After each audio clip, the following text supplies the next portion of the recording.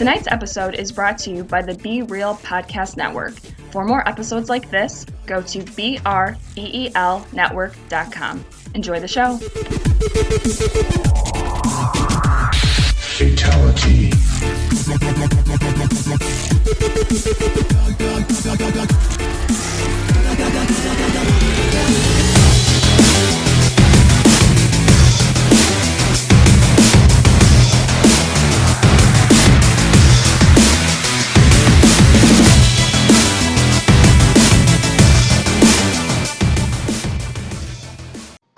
Hello, everybody, and welcome to Movie Guys Podcast. And tonight we're talking about Split, starring James. Oh my God! Okay, starring James McAvery and Anna Taylor-Joy, directed by M. Night Shyamalan. This is Jordan, along with his buddies Eric and Ed. How you guys doing tonight? What the fuck was that? James McAvoy, first off. James McAvoy. Sorry. You know, I can't read. I get my P's and my M's and my C's and my whatever. And alphabets. Yeah, they're tough, man. They are. It's a tough rap. Maybe it's because you're a randomly retarded sequel that nobody fucking saw coming. Here we go. Now, randomly retarded sequel. See, I enjoyed it. I don't think it was a sequel. I think it was just kind of a in-the-universe movie type thing. Kind of like a Pixar thing. It's a sequel. It's a well, but Did you? Oh, okay. Did you guys read the article I sent you? Wait, hang on. Before we get into this fucking movie. All right, so I'm going through this M. Night Shyamalan movie just like everybody else does in any M. Night Shyamalan movie in the last 5 years, minus Avatar: The Last Airbender. You're waiting for the twist. So you're reading the movie, you're seeing things, and you're like, okay, I'm trying to put shit together. And I will say that this movie outsmarted me in the sense that did I see that this was the fucking sequel to Unbreakable? By the way, all spoilers, everybody. Full on. Yeah, spoilers. Yeah, fuck that. Listen, I tweeted on our I Open Pictures. Jesus Christ, that's how frustrated I am. On our Movie Guys Podcast Twitter page, that the spoiler alert. Here's the article. This is how frustrated I was. Now, I'm not normally the one to talk in the theater. At home, if I'm watching something, I'll be like, oh my God, okay. In the theater, I hold that place sacred. Okay, call me a nerd, call me whatever you will. But as soon as I saw fucking Bruce Willis in a security guard outfit in that diner at the end, I literally said out loud, and I actually went with a buddy. I talked a buddy of mine into going with me. I had to buy his ticket to go see this movie. And when I saw that, Bruce Willis in a damn security guard outfit, I literally said out loud, you've got to be fucking kidding me. and he looked at me, and I could feel everybody turning around at me, right? And then, obviously, and he says, Mr. Glass. And they fade to black. I literally turned to my buddy, and I said, was this a fucking Unbreakable sequel? And he goes, I think it was. That sucked. Yeah, that looked like it. Yeah. So I'm going through this whole movie, and I'm enjoying it for what it was. Like, it was kind of a thriller, kind of iffy. It wasn't the greatest movie I'd ever seen, but James McAvoy did an amazing job. Yeah, he's so good. And then all of a sudden, it's fucking Unbreakable 2. And you're like, Jesus Christ, what in the world was he thinking? I'm just, I can't even put into words how mad I am about this. So, I guess do your best, buddy. So you need to. So I sent you guys an article that my brother sent me the other night explaining M. Night Shyamalan in an interview. This was written. This is a sequel to Unbreakable. Yes, if you guys remember, and to the fans that are listening, Unbreakable, where Bruce Willis fights the man in the orange suit or the orange coat or whatever. You guys know what I'm talking about? Yeah. No. That's supposed to be Kevin.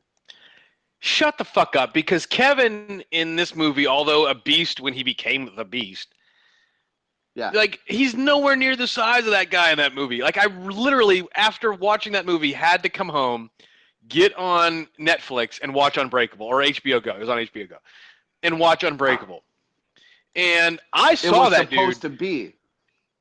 and that dude is not fucking James McAvoy. I'm sorry, but he is not James McAvoy. Well, I mean, it was recasted. You know what I mean? It was recast. 20 It was years later, supposed to- really? Whatever, man. There's 3 Hulks, 4 if you count Lou Ferrigno. Lou Yes. Ferrigno is the only Hulk, by the way. That There, matters. cha-ching. Marvel Universe. You know what I meant. But like, Yeah. Well, so this is what you guys need to get though. Well, Ed, really, I guess, is that was the man in the orange suit in Unbreakable was supposed to be Kevin. However, though, in the article that I sent you guys, M. Night Shyamalan said at the time that I did Unbreakable, superhero movies were not in, and I didn't think that a superhero movie would be popular, so he scrapped it. And then, of course, after The Last Airbender, his career took a shit, and then he did The Visit, which kind of boosted his career again. And now he's doing this one. And he's going to do a third one. He's going to do the Unbreakable trilogy with Kevin and Mr. Glass. Again, they're already talking about doing that right now. Oh, Mr. God. Glass. Like, where? He's not really much. Well, I guess he is. He did some terrorist shit, didn't he? Yeah, He he was a did. terrorist. did. He was a terrorist. But still, I mean, He blew up a building, blew up a train, and then what the fuck was the other thing he did? Blew up a bridge or something he was planning? Still, I mean, even this guy James McAvoy. So obviously, Kevin has taken or kidnapped girls before. So apparently that's a thing. So he's let's not undermine the maliciousness of that behavior. Like, that's still fucking scary. So it's still, I wouldn't say villainous, but now that we saw the Beast, that might rise up. But that's exactly kind of what I was thinking. That's what that your thing that you posted is that, like, this is like kind of a weird kind of superhero type thing. And I Yes. find it to be very unique because of what they're doing, of how to acquire the powers or to acquire the role of them, where they go into this kind of this mental capability where if you convince yourself and believe it to be true so much that your body just kind of goes along with it and says, yeah, you're right. Whether it be Mr. Glass or whether it be some of his personalities that was suggested, and which that is pretty cool, because not to say that the Beast is his only superpower, being able to kind of flip like a chameleon between these 24 personalities helps out so much, Oh, absolutely. And I totally got that part. Like, it absolutely made sense when his psychiatrist or therapist or whatever she was, when she was explaining the idea of the DID, that you actually physically manifested whichever personality was coming to the light. The one personality that had diabetes, the one personality that was the fashion designer, the couple of women that were there. Russian weightlifter was mentioned as well, that was able to pick up 3 times his weight. Or but either way, I do really appreciate the fact that they only brought a couple of personalities to light, because all 23 would have just been too confusing. Very overwhelming too. Yeah. Yeah. So that was well done, and I don't take anything away from M. Night Shyamalan. A couple of his movies have been shit, but I've liked some of the movies that you guys have talked about. Like, I loved The Village. I thought it was great. But like, this movie, it just, now I'm relying on you guys to convince me.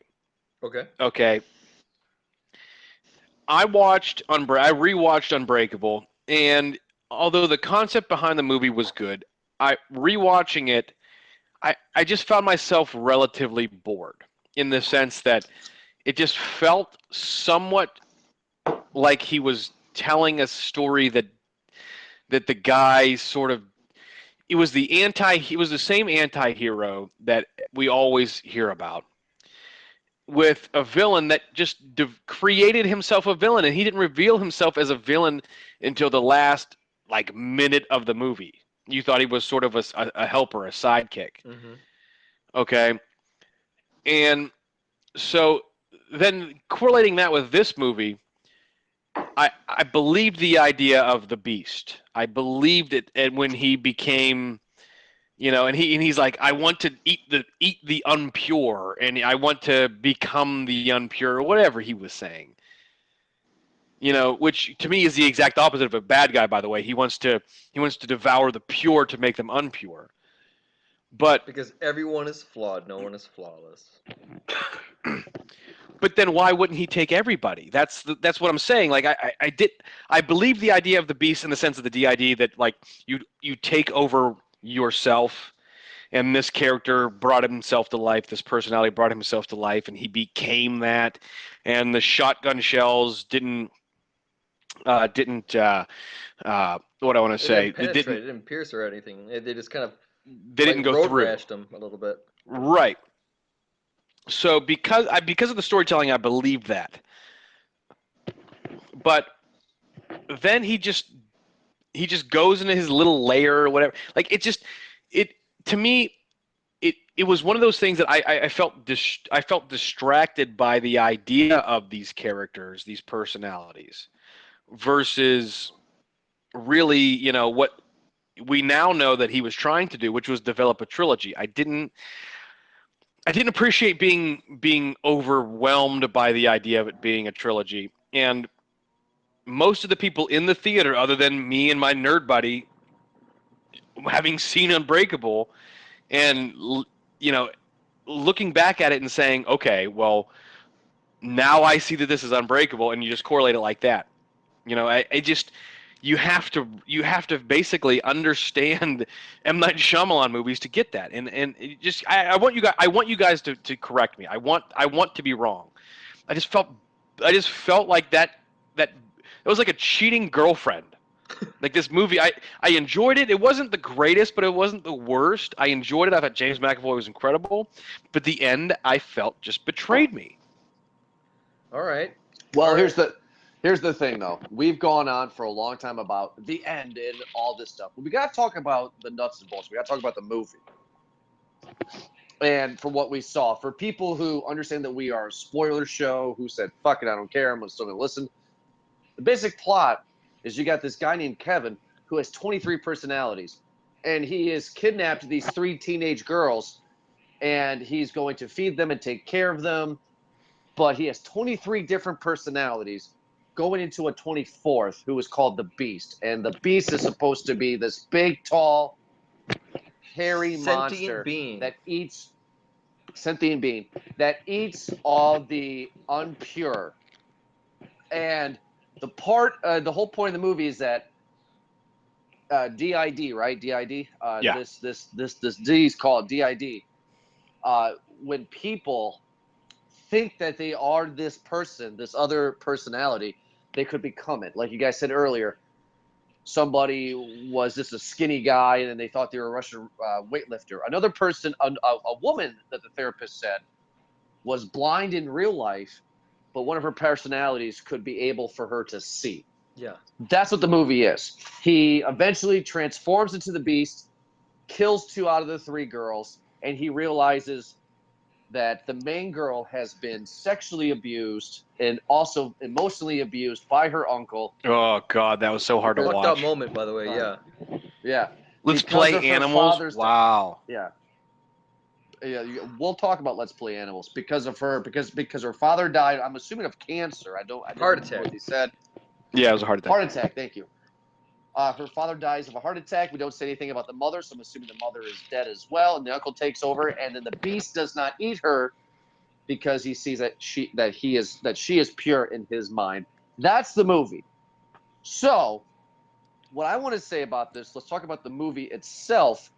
What I loved was we did not get a Saw ripoff. I wanted to see this movie. I was really excited to see this movie. What I was hoping I did not get was 3 girls trapped in a room, and every scene was a new James McAvoy coming out with a new personality. We didn't get that. I was hoping we didn't get that. I'm glad we didn't, but man, what a bad movie it would have been if we would have had that kind of movie. But his acting in this is just amazing, and I don't think he's going to get any nominations for anything. but he should. He was very good. That was literally the greatest acting job I've seen, probably in like a decade. Really? Yeah, I mean, and there have been some great movies where some actors have done really well, but his ability to switch like that, and in the middle of that scene where he's talking to the therapist, and he's denying, like, there's two scenes that I'm talking about. The one where he's Barry and pretending he's denying the fact that he's Dennis.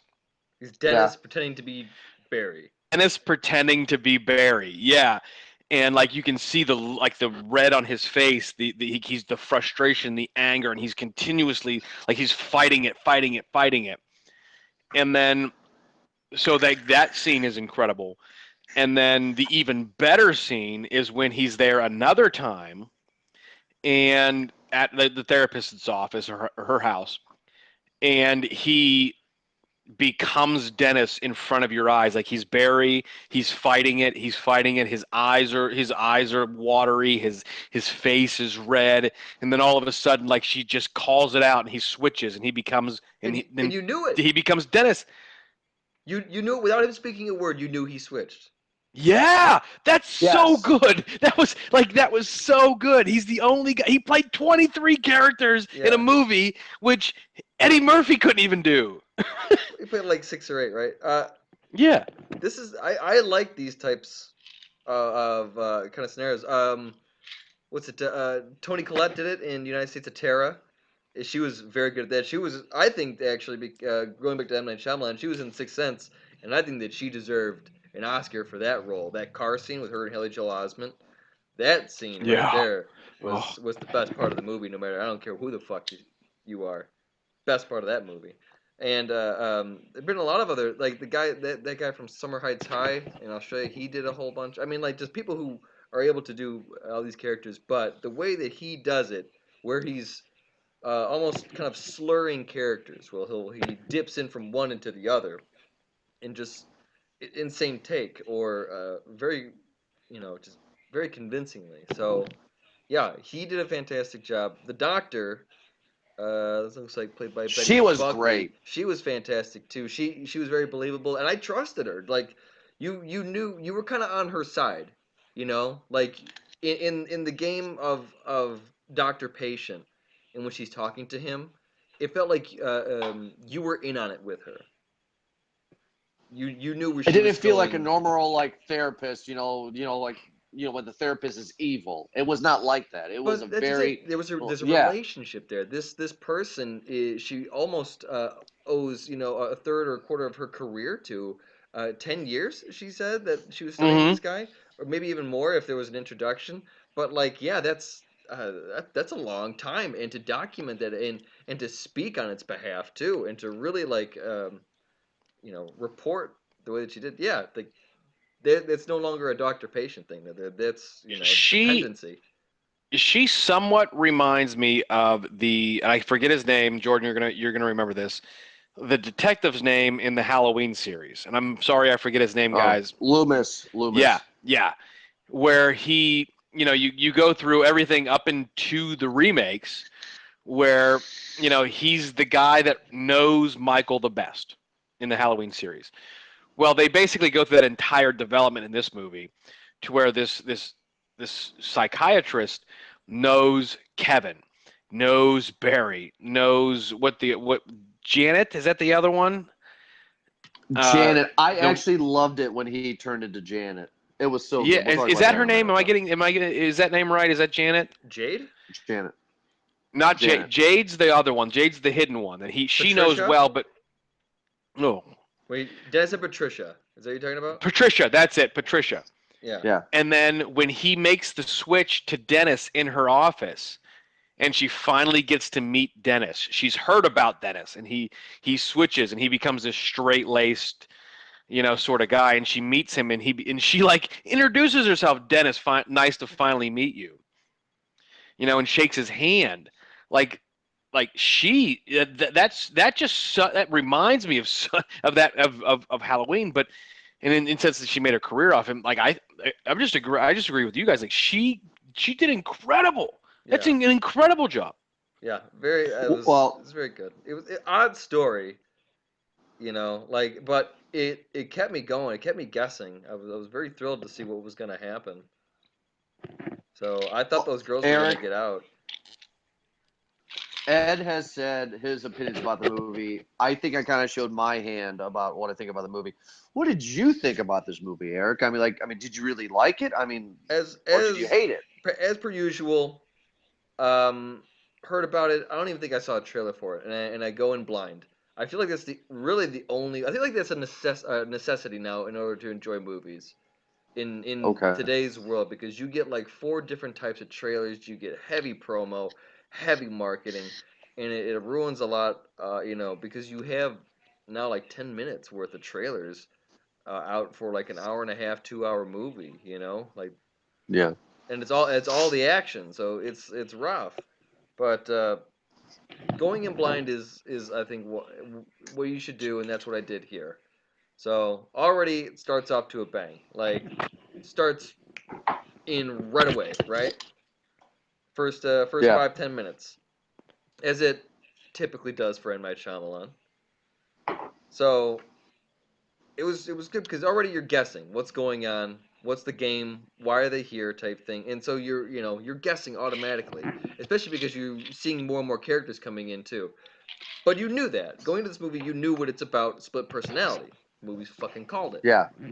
So you're just trying to guess what's going to happen next, and they do a very, very good job. I like the acting, I like the story, the way it was built, and everything else like that. I enjoyed every part of it a lot more than I thought that I would. I am a hard critic when it comes to M. Night Shyamalan, because I feel like he's just I don't know, like, just throwing zingers out there. It's a twist. I'm sure Sure. people are saying, and just like, hey, and you know what? Let's fucking make this happen. I don't care. I'm M. Night Shyamalan.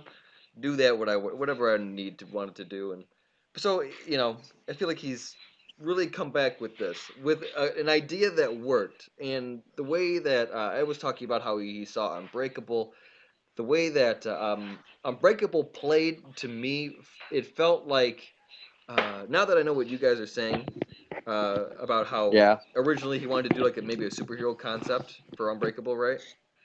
But Yeah. I feel that he kind of held back when he first made Unbreakable, because this is right after Sixth Sense, so he had no problem with the budget. But I feel like he was held back from the story. I want to believe this. He held back from the story because he felt it wasn't ready yet, and at the same time, the studio cut a lot. And so we got kind of a boring, mundane movie. And then after, you're just like, okay, was that supposed to be deep, or like, I don't know what happened in this movie. This movie, like, helped me understand what Unbreakable is trying to go for, what kind of world they're shooting for, and now you have a second movie that has built now a universe. This is what has done it. An M. Night Shyamalan-verse, okay? Shyamalaniverse. Shyamalan-verse. Can we hashtag that? Shyamalan-verse. Can I trademark that right now? Part of the Shyamalan-verse. Listen, I'm putting that on our Twitter page right now. Yeah, I think That's amazing. Shyamalan-verse. That's perfect. Good job, Eric. There we go. Movie Guys Podcast, everybody. You can check us out at BeReal. Anyway, At Movie Guys Pod, Be Real Network. what the hell?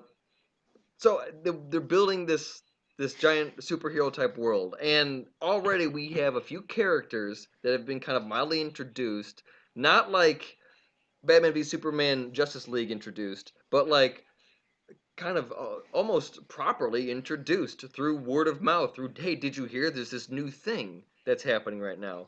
And the way that the doctor, very key, by the way, Dr. Fletcher, as she explains it, she had the most important role in this movie, and that's to explain the universe, that like something is happening, these people are different, they're evolving, they believe this, and because they believe so goddamn hard it actually happens, you have to listen to me. And so she kind of gave you the explanation of the birth of these heroes, mutants, whatever you want to call them, these evolved kind of species, humans.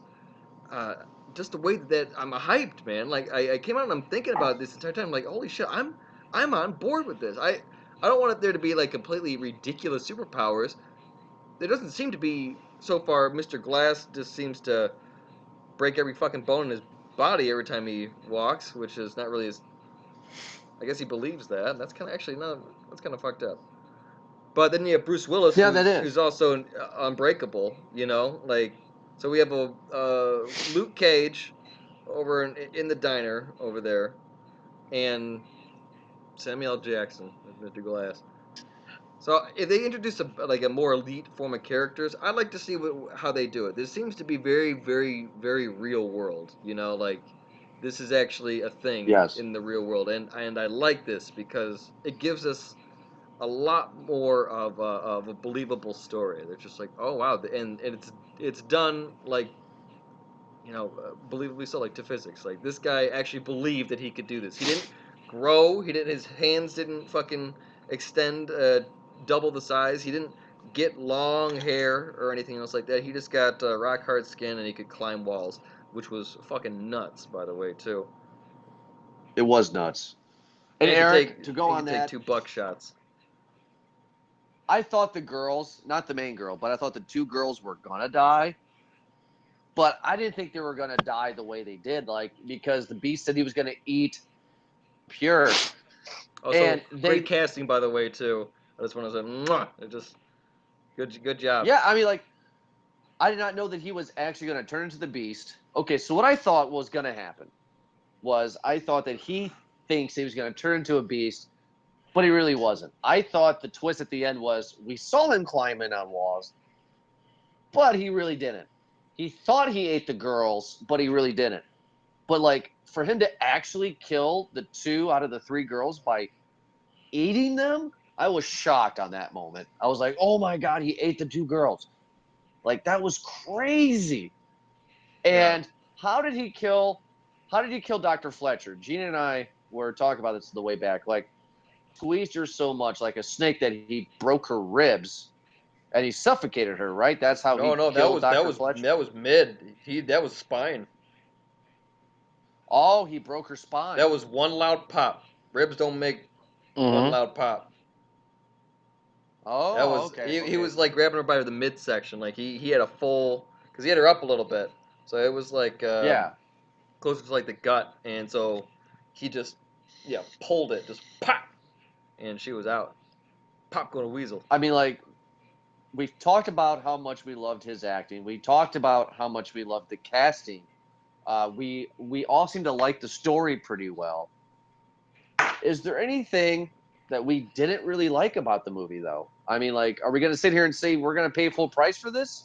Like, is there something that we don't like about it? Pick me. Go ahead, Ed. Yeah, for sure. Ed, go ahead. Well, I didn't like the fact that he tried to. I mean, forget about the twist ending concept of M. Night Shyamalan.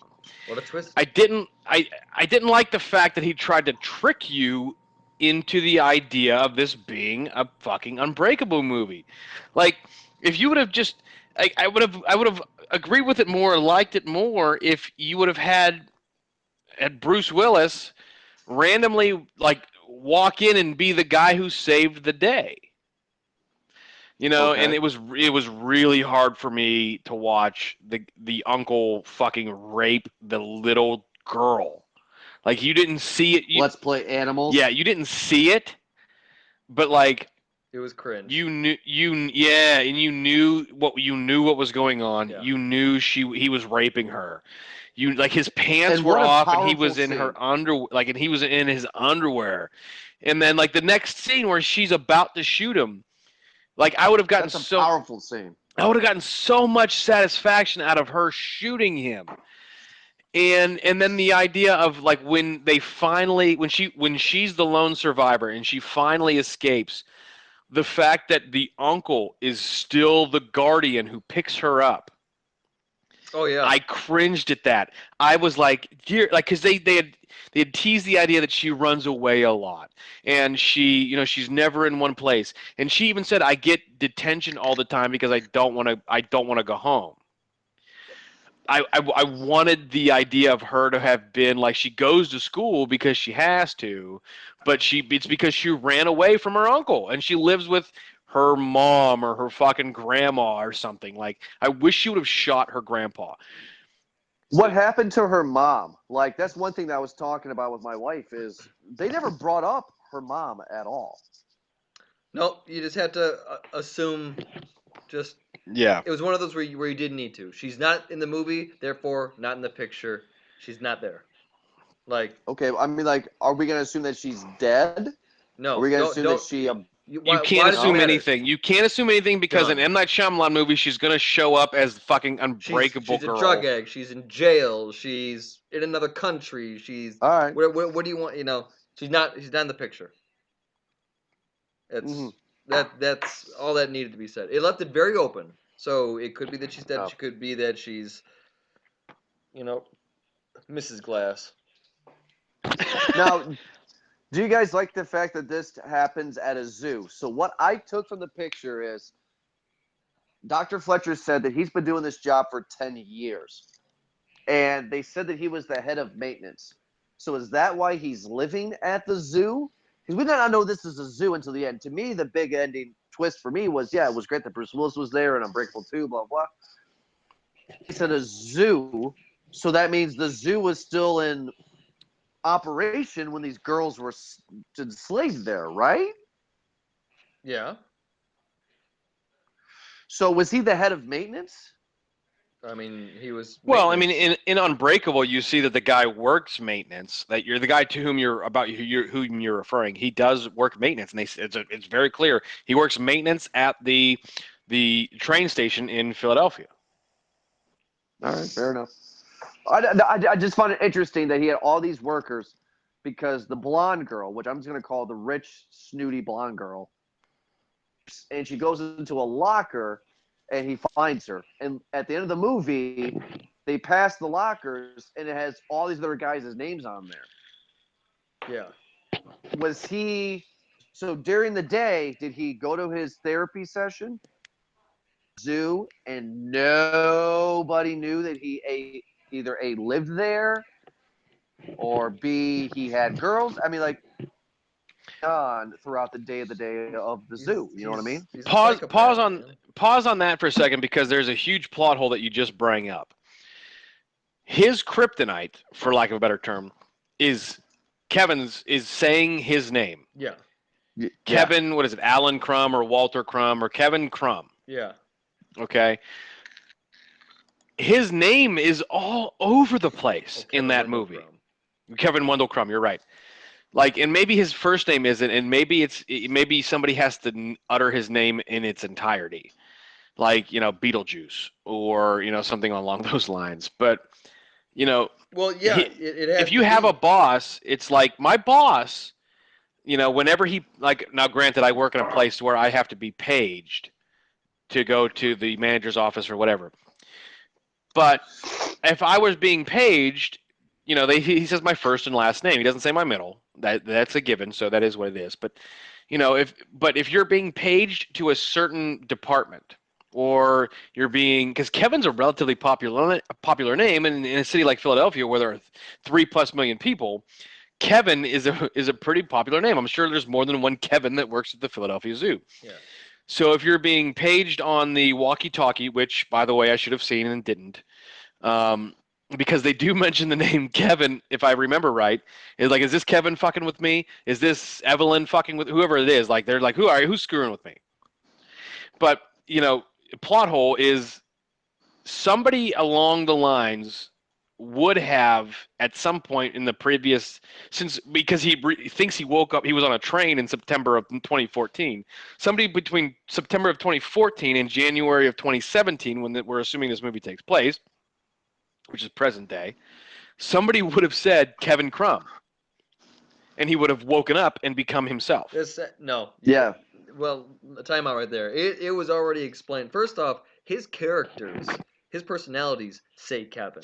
So that's not even a problem. The code is his full name, and that was explained because of his abusive mother, who was, remember, under the bed with the hook. Okay. Kevin Wendell Crumb, you better get, whatever the hell. Say, you better make sure to clean this room, or whatever the hell she was saying. And that's where Dennis was born, I guess. But yeah, it's the full name. So how often do you hear your full name? Like, I don't. Only when I'm in trouble. Yep, only when my mom or dad, are pissed off at me. Yeah, and like, so there you go. That's that's the key word, and Rumpelstiltskin. I can see that point. You're right. Yeah. So Well, let's that's get into our final reviews here. Ed, since he rants on, because I want to hear what Eric has to say. Ed, All right. I'm what is I'm your gonna go. review of Split? I'm gonna give a two-part review because I want to give the two of you one last chance to convince me that this movie is not shit. sure. Okay. So part one. I went through the entire movie knowing it's an M. Night Shyamalan movie, looking for the plot twist, trying to figure it out. Having rewatched all. I mean, I've watched umpteen M. Night Shyamalan movies, and knowing what I know, I went in looking for those things. That being said, I think he probably knew that, and he misdirected. And myself, I feel like I'm a pretty decent moviegoer. I can see movies. I can predict them, and I think he fucking baited me. He baited me into this movie. So I thought James McAvoy was incredible. I thought M. Night Shyamalan directed this incredibly well, wrote this incredibly well. I thought it was well. You could see the same things over and over again in his editing, but that is what it is. It's a style, and I'm not going to hurt somebody for that. But the fact that this was a fucking unbreakable sequel, and they don't tell you until the end, and then you're supposed to assume that there's going to be a third one where 17 years later there's a fucking bad guy that took part in the movie the first time around. So let's just it's just, to me, that the idea is okay. Like he's trying to bring back ideas that he had 20 years ago. I get that, I understand it, and I respect it, but the time has passed. Like you it's gone. You can't do that anymore. And I will say that although I thoroughly enjoyed this movie from the beginning to the end, the fact that it was an Unbreakable sequel and they tied Unbreakable in, and now they're going to bring in a trilogy, that ruined it for me. And now I'm going to give it, what are we saying? Netflix charges a month $5. That's what I'm giving it, $5. Oh, wow. All right, Eric, what do you give Split? Real quick, Ed. Everything aside, if you were to cut off that diner scene at the end, the movie was enjoyable. Like it was everything about that movie just like, hey, awesome, awesome, awesome, and then that happened, and all of a sudden, it just like that's when the shit hit you on the head. Yes. Okay. That being said, this movie standalone I thought was very good. I like a suspenseful thriller. This movie kept me guessing. It was I like the acting. It was well done. I thought it was fantastic. I really enjoyed it on its own. Knowing that the diner scene now exists and that Bruce Willis was, that there's this universe that comes in too, I'm very very curious. I'm a bit hyped for it, but I'm trying to calm myself down because I've been disappointed before by M Night, and it just might happen again. But I'm curious to see where this is going to go. This is a unique take on it, on kind of powers or like an evolved species or a human being. So I'm kind of curious to see where this is going to go. If he goes all out where it's just like X-Men universe type thing where just like a whole bunch of people have it and just like, oh, this one is over here, and that's gonna be kind of dumb when they all meet up, and that's just dumb. Like if they keep it very very specific and individual to maybe area region, and it's very quiet, these people who have it, it's not like they're destroying buildings or making loud noises or anything like that. It's very quiet, the way they do it, with the exception of a train explosion. I get it, but that just seems like it's not a punch. It's not a fall. It's not swinging a car. It's you know human stuff. I'm interested to see where it's gonna go. I'm very hyped for it. I enjoyed the movie for what it was. I thought it was fantastic.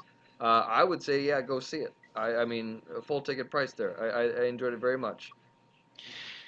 If I might break protocol and interject here for 1 second, just to add to your point, my biggest fear about the third part of this trilogy is the concept that which they spoke about Kevin, in the sense that they said because you believe it, it's true, and that Bruce Willis, because he now believes he's a superhero, it's true, and he's not actually a superhero, and that Kevin is not actually the Beast. I'm afraid that they're going to go that way, and they're going to ruin the third movie, because these movies, we both just agreed, and I think, Jordan, you're going to agree too, that these were really good movies, other than I disliked the ending and you liked it. Yeah. I think that I'm afraid that they're going to ruin the concept that it's Okay. it's a concept versus a reality, You're even though right. it's a movie. We don't have a scale or any sort of weight or something to measure kind of the chart of believability it takes in order to gain such power, or if the more you believe it, then the higher level you go or something like that. There's no gauge on it, and that's why I'm curious right now, because if it could be well thought out and worked, that's fantastic, or it could be to a point where there's breaking news, everybody. If you believe something real fucking hard, it's gonna happen. It's like that's just kind of dumb. So he's got to be careful with it. It seems like the people that he's chosen to have these believable skills, or these whatever next gen skills, that they're crazy. They're like, something's wrong with them. Like Bruce Willis almost shows zero emotion. Like he's just so apathetic the entire fucking movie, or empathetic the entire fucking movie. Like he just doesn't care about his, was it wife or girlfriend or Well, Wife. yeah, but That's what I assume. not to defend the movie, but you got to remember that in Unbreakable, they mention quite frequently, up until the point that he realizes he's a superhero, that he's incredibly sad. His life is Yeah. sad. He hates his life. He impure, hates everything man. I'm about his telling you, life. like he's impure. Like this is like these people believe this. So this is where it is. I'm curious to see where it's gonna go. But like, okay, here's the thing. There's a TV show in the UK called Misfits. It's on Hulu. First few seasons are fantastic. First 3 seasons are really good, actually. The reason why I like this is because it's a superhero movie, but the talents that they have aren't astronomical. They're not like crazy, crazy or anything like that. They are something that's reflected into them. Like their power is their personality, and that's very charming. It's very endearing. You can kind of relate to that character on an extra sort of level, because it's something that, I don't know, you seem like you wish you could do. One character on that TV show. He just regrets something that hit. So these kids are in jail, and a dark cloud passes, and that's what gives them the superpower. Nuclear cloud, doesn't matter. But whatever feeling that they were having at that time when it passed over, it gave them a power like that. One kid is very shy, and he's always the back of the corner kid, something like that. He can turn invisible because he feels like he's an outcast. One guy got it was all like all country track, track and field, just an all-star type thing. But it was wrong place, wrong time. Made one bad decision. He got caught with dope, and he had to go in. And so he regrets so bad. If I could just go back and change that moment, his power is that he can go back in time, and it just kind of, these powers are very special to these people, and that's why I like this movie, is because now we have a world where these people could possibly exist, where they have a power that is unique to them, that says a lot to the gravity of their personality. And it's a very real style of superhero movie. We don't often see that. It's not like these people can fly, or they have an infinite amount of gadgets, or they have super strength, or anything else like that too. Even though one, maybe not super strength, but has increased strength in this movie. So that's why I'm on board. Is because we're getting a completely different style of I guess superhero movie. Yeah, and I can respect that, and I don't mean, Jordan, to keep cutting you off, but I've always had this dream of like my favorite movie being like not necessarily this specifically, but the idea of like an old semi-retired Batman who hasn't, like, not really Batman, but like that idea. He does, and he's just not necessarily fat, but he's like 60 now, and he's been somewhat retired. He's been in control of the city, and all the bad guys are gone, and he has to fight one last battle, and like it's real. So I guess that idea sort of what you had said with that idea, I guess I can understand that. All right, Jordan, your Sorry, turn. go What do you ahead. think? What do you think of this movie? For me, I really like this movie. I think this movie's really good. My only issue is with the ending. Is I loved the ending, and my brother and I were there together, and we were like, "Oh my God, Mr. Glass." But my complaint is the hope for the future of is M. Night Shyamalan just putting Split as a sequel to Unbreakable to say to the fans, hey, you remember when everybody liked me? Sequel. Like that's what I hope he's not trying to do because honestly, thinking about this movie over the past couple of days after I've seen it, he's going to tie this into Unbreakable. There really wasn't any really reason to connect this. It's M. Night Shyamalan saying, hey, everybody, I was cool before The Last Airbender. Love me, please. Yeah, he's just trying to. I mean, you could be right. I can't. Yeah, I can't say that he's not doing that. but So yeah, I maybe. think so far he's succeeding because right now, since he's succeeding, Eric, I mean, Ed, I know you're different, but Eric, you and I are like, we're excited to see what you're going to do next because Yeah. of this. Like let's see And what happens. yeah. Yes, let's see. He's I got an love the acting imagination. in the movie. So Yeah, no, I mean, like, I love the acting in it. I don't think it's a movie where it's like, oh my God, as soon as it comes out on Blu-ray, I have to own this. Like, it's not that kind of movie. But I think I would pay, go into the movies and pay what I paid for it. I paid $6 for it because it was a matinee, early 11 o'clock showing. I think $6 is worth your time. So yeah, definitely. I guess half price. It's not great, but it's not bad at all. And if it's on TV, I'll watch it, and I enjoyed it. To me, this movie's like Passengers. It's not it's not bad. I enjoyed it a lot, but let's see what happens next. Kind of an attitude. But that concludes our episode for Split. Next week will be a very, very special, interesting episode with the last Resident Evil movie, supposedly Resident Evil Last Chapter. I have watched all the Resident Evils in preparing for this movie, and I wish I didn't do that, but I did. Wow, Resident Evil, the movies, they jump shark pretty quick. And we'll Like see what 10 happens with minutes the into last every chapter. single movie, they jump the fucking shark. Yeah, I mean, like the first one I still always love, but after the first one, we'll get into it later. The fifth one I like the most. Retribution is my second favorite, to be honest with you. So we'll talk about those. I'm a big Resident Evil fan. I have played all the games. I have fond memories of Resident Evil, and if anybody goes over to our sister podcast episode called Podpast, myself and my brother Brandon do a whole episode about Resident Evil. So Resident Evil is a big deal for me. So this will be an interesting show. I'm excited to talk about this one. I don't know about you guys, but I'm geeked. Check us out, of course, at movieguyspodcast.com, BeRealNetwork.com. If you download this episode, of course, you download it on iTunes, but search Movie Guys Podcast or Be Real Network. And before we end the show, not to go on for even longer, but Eric and Ed, Star Wars: The Last Jedi, what do you think? Oh boy, we're gonna go on for a while for this one, aren't we?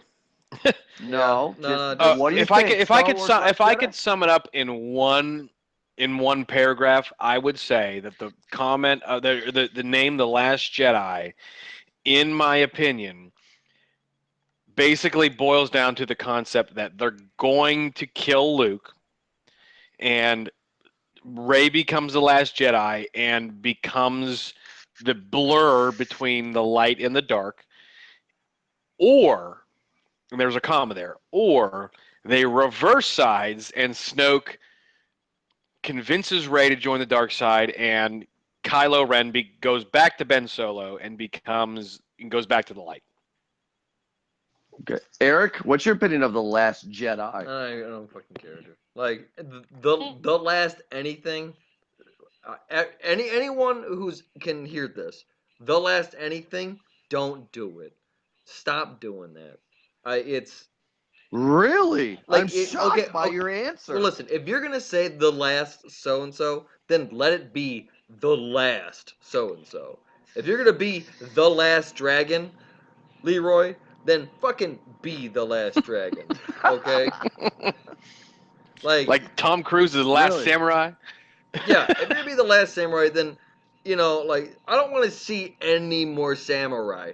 I don't want to see, yeah, like you're done. You said the last of it, and then what the hell? Haven't there've been sequels like of the last, right? Like what the hell? I gotta look them up. I know there's been a few movies that are like the last so and so, and it's like the last so and so two, the last. The Last Buttfucker, Part 12. There's Well, gotta be. I mean, Friday the 13th has done that.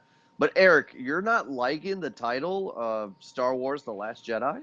It is not increased my hype at all. Like the last Jedi, because like Oh my God, really? no, it has not. It really has not.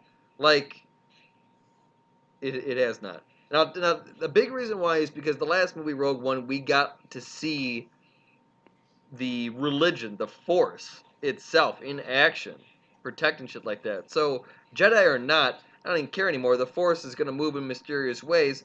He is all around us and always watching. And maybe all the Jedi will die, and the balance will happen for a long time. And then, let's say another 20 years or so, we Here's get what I want to know. we get the Here's what return of the Jedi Part 2 or something. here's what I want to know from our fans, because I think we could go on for a while about this. So, trying to end this episode, how badly do you want to hear us just get drunk and talk about fucking Star Wars and theories? Like, I want to do that. Just get drunk and talk Okay. about Star Wars and the theories There you go. behind Star Wars and things that are canon and aren't canon anymore, and what we think about maybe the next movie, and like, because we know about what the history of Star Wars and stuff like that. Like I Oh.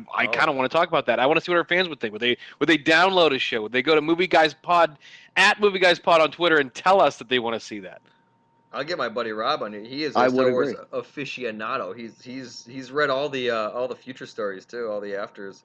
So Which he are now goes, Well, which then- is now Legends. It's not expanded universe. It's called Star Wars Legends. yeah, I mean he knows his Which- his Star Wars. Which I guess we're gonna have to do this. Fans, we're gonna get Eric's buddy Rob on the show sometime in the future. We're gonna talk about a whole episode of Star Wars and what we think of The Last Jedi. I like the name The Last Jedi. I think it's cool. I also like the fact that the outline of Star Wars is red instead of the classic yellow. Hopefully, we're going to get another Empire. That's what I'm kind of geeked for. But anyway, thank you so much for downloading this episode. Make sure to check us out on movieguyspodcast.com and also brealnetwork.com and on iTunes, Movie Guys Pod, Twitter, Movie Guys Pod. But we'll be back next week for Resident Evil, the final chapter. You guys have a great night, and fans, have a great evening, and we'll talk to you soon. Have a good night.